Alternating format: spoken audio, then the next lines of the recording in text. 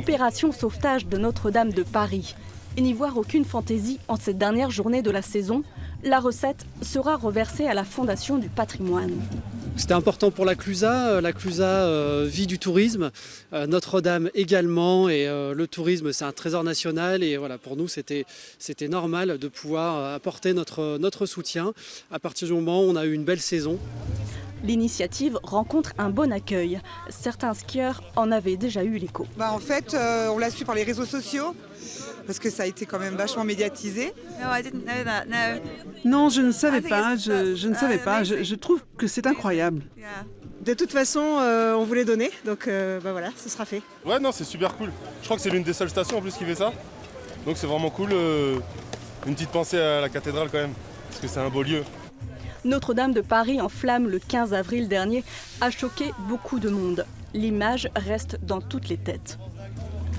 C'est vrai que voir ce bâtiment exceptionnel partir en fumée, c'est une image qui marque. C'est quelque chose qui, je pense, aura ému toute personne qui aura vu, que ce soit en direct ou pas en direct, cet événement. Il y avait du monde pour profiter une dernière fois des pentes du domaine de la Balme, les seules restées ouvertes aux skieurs. Résultat, 10 000 €, la recette du jour, une goutte d'eau au regard du chiffre d'affaires annuel. Il est évident que ces 10 000 € ne sont pas très importants par rapport à la totalité de la recette, qui est de l'ordre de 22 millions d'euros, mais il ne demeure pas moins que cela reste un geste de solidarité. Sans forcément le savoir, 11 000 personnes ont participé ce dimanche à la Clusa, à l'effort national pour reconstruire Notre-Dame.